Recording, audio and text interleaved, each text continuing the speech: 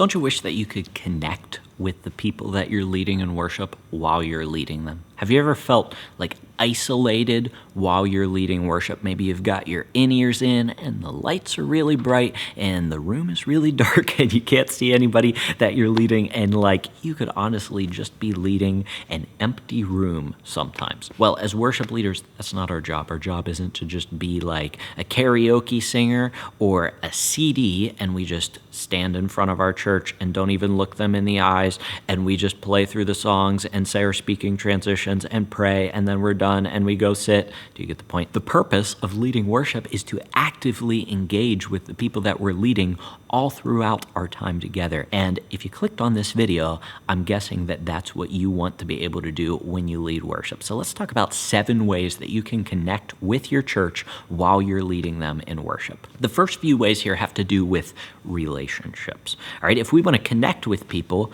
we have to have a relationship with them. And so let's lead with them in mind. If we want to connect with the people that we're leading, we have to lead with them in mind. And maybe that sounds obvious to you, but so often we get it wrong. How often do you just think, okay, I love these songs, so I want to do them on Sunday, or I'm really digging this new Hillsong song right now, and so let's do it. Let's do it on Sunday. Well, the first way to connect with the people in your church during worship is to lead with them in mind by recognizing their needs. Hopefully you know at least some people in your church, right? Depending on the size of your church, you probably can't know everybody in your church. There's a limit to how many people you can know. We'll get to that here at the end of this video, but there is a limit of how many people you can know, at least know them well. And so we just need to know some people. We need to know the general atmosphere of the people in our church, and we need to recognize specific needs of the people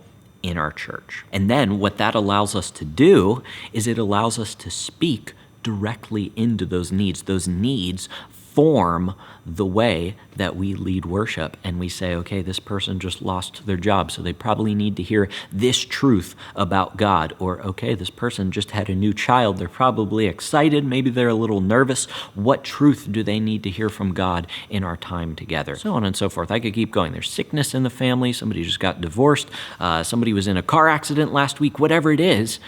We need to know the people's needs so that we can respond to them appropriately, which leads us to the second way to connect with people in your church while you're leading worship. And that is, I already kind of mentioned it, but to minister to those needs. Stop being so selfish as a worship leader. Don't just think about yourself and like, what songs do I like? What songs do I want to sing? What truth, not even like what truth is God speaking to me right now? I feel like I've heard that advice from people sometimes is like, well, what do I say to people on Sunday? Well, just what is God saying to you? Like, okay, that might be a starting place, but if we're actually going to lead our people, we need to go beyond that. And it can't just be, what word does God have for me in these moments?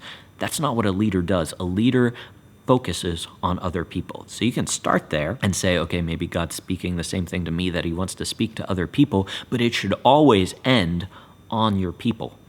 And think, what do they need? So we've started by recognizing those needs, and now let's minister to those needs. Let's speak truth over those situations. Let's point people, reminding them about God's love for them, God's faithfulness, maybe God's justice and his wrath if people need gentle rebuking, something that we've seemed to have lost in the church these days. Sorry, a side commentary, but minister to those needs. Think about, what do the people in my church need? Not just what do they want, not just do they want to be told everything is going to be all right and everything's hunky-dory and we're good to go because God loves us, but what are the specific things that people need? People will always have a deeper connection with you and you with them whenever you're speaking to them specifically. So don't just guess about what their needs are. Go get to know them, at least as many as you can, and then minister to the specific circumstances that are happening in their lives through the songs that you sing and the words that you say while you're leading worship. Now, the third way to connect with people in worship kind of flows from those first two again. First, we have identified the needs of the people of our church. We've ministered to those needs. And now let's bring it back to the corporate worship experience and actively pursue God together with those needs in mind. You know, if you're a church, hopefully you're kind of like this family of believers, and you don't just show up on Sunday and say hi to each other and sing a couple songs in the same room and go home. Hopefully, ultimately the church should be sharing life together, which means we would be going through certain specific circumstances together, similar circumstances. Maybe not always the same thing, but we should be responding to what God is doing in the life of the church, and that is what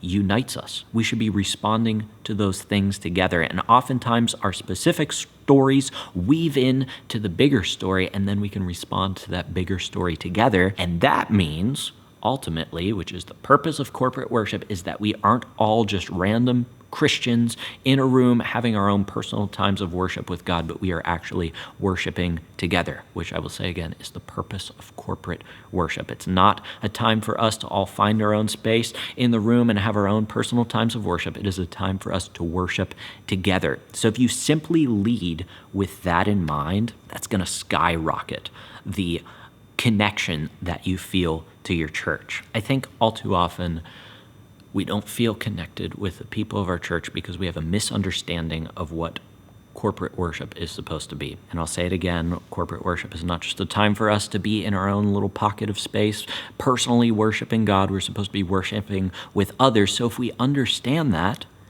then we'll be able to lead people with that in mind, and that will only increase the connection, not just between us and the people that we're leading, but us and the people that we're leading and the people that they're worshiping with, which is the ultimate goal. It's not just a one-way street between our congregation and us and God. It's actually like a multi-part street where we are connecting with the people that we're leading worship with, they're all connecting with each other, and ultimately we're all connecting with God. That's what true connection looks like during corporate worship. So when we lead with that in mind and we have that theological understanding, that shapes everything that we do in our worship service. It changes the songs that we sing, perhaps. It affects the way that we speak to the people in our church, and we lead corporate worship moments instead of just personal worship moments.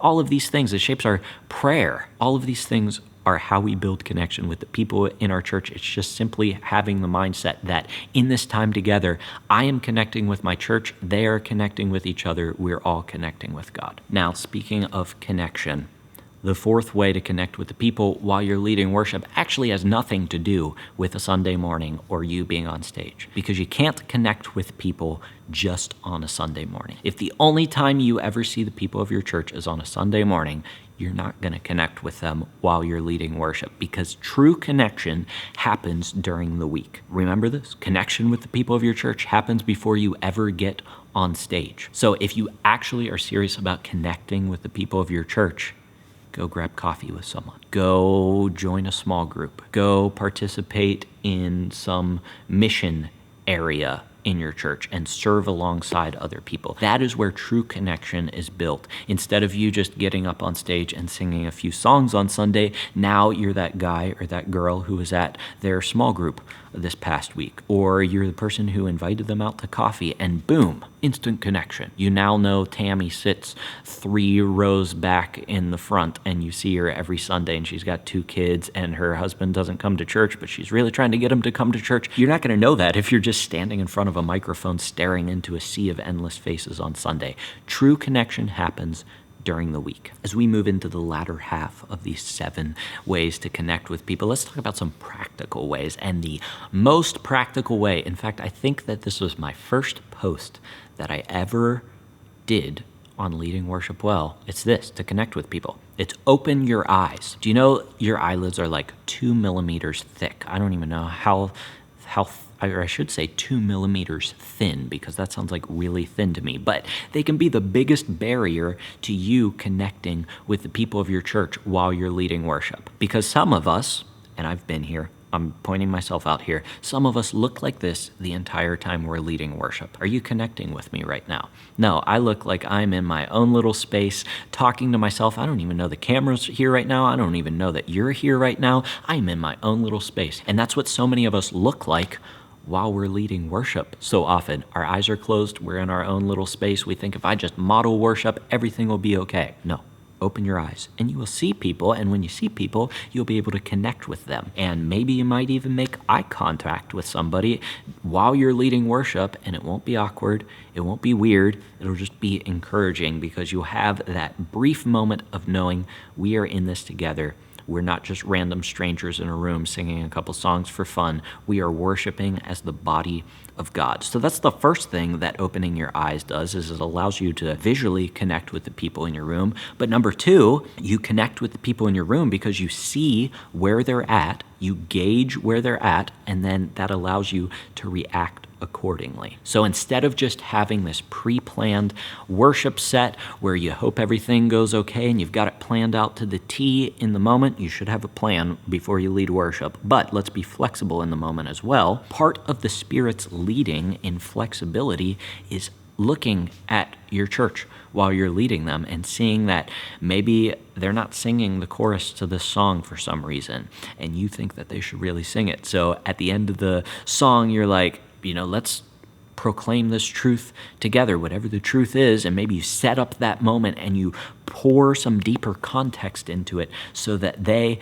can understand what they're singing and then sing it with you. That's how connection is made when you lead, once again, specifically, and not just have this planned out thing in advance that you hope works. Another practical way you can connect with the people of your church is, I kind of mentioned it before, but teach them the importance of worshiping together. I won't belabor this point anymore, but I just really want to hammer this home, is that our time of worship is not us getting together randomly in a room having personal times of worship. You know that now, but are you going to teach your church that? Because maybe the people in your church don't know about connecting with other people in worship, and that's why you feel like you don't connect with anybody while you're leading worship, is because they don't know that there's supposed to be a connection between the worship leader and the congregation between each other, and then to God. Maybe they'd have never heard that before, and they think that they're just showing up to receive something on a Sunday morning. As a worship leader, it is your job to teach them about connection. Maybe the connection that you're not feeling isn't just your fault. Maybe it's your church's, not really fault, but maybe they just don't know it, and then you can work towards that connection together. But the only way that that's ever going to happen is if you teach them, hey, we need to be worshiping together. So maybe try that this Sunday. Try a speaking transition where you lead people in that understanding. I won't say it again because I've said it a million times. If you want an even more in-depth understanding of this idea that corporate worship isn't just a bunch of people having personal worship in the same room, check out the link in the description below. I'll link to a video that I made about that. And now maybe you're thinking, I have 200 people in my church. I have 500 people in my church. I've got 50 people in my church. Maybe even that's overwhelming. And you think there's no way that I can connect with all these people. Well, first of all, just try to connect with someone. You've got to start somewhere, right? But the other thing that you can do to connect with the people you're leading in worship is realize that you're not going to be able to connect with everybody that you're leading in worship. But what you can do is you can utilize your worship team. If you serve in a church of 250 people, you probably can't get to know all of them. But if you've got 5 people on your worship team, 10 people on your worship team, can 10 people on your worship team get to know 25 people roughly? Maybe. I think that's within the realm of possibility, but there's no way you can connect with 250 specific people. But when you work together as a team, then not only do you not have to connect with everybody, but your team are raised up as worship leaders as well, and you raise up their position, and they're no longer just the bass player or the drummer. You tell them, hey, you're a worship leader. As worship leaders, we want to aim to connect with the people that we're leading.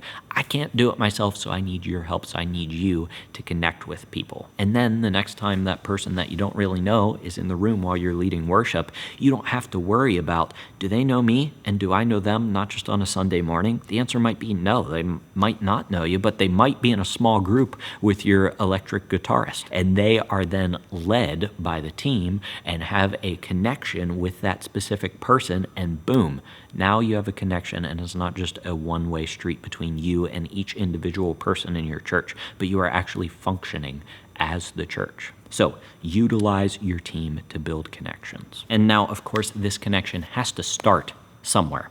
So where do you start? Well, I want to encourage you to start with your worship team. Are you connected with the people on your worship team? One of the best times to do that is during your worship rehearsal, and that's why I put together the worship rehearsal blueprint, which I'll link down in the description below. In that blueprint, it's a step-by-step plan for leading the perfect worship rehearsal that leads your team well musically, obviously, so they're prepared to lead the music on Sunday, but also spiritually so that they grow closer to God. In terms of this video, relationally, so that they grow closer to each other. So if that's the kind of worship rehearsal that you want and you want to start building connection in your church, check out the worship rehearsal blueprint linked down in the description below. Other than that, thanks so much for joining me. Until I see you in the next video, keep leading worship well.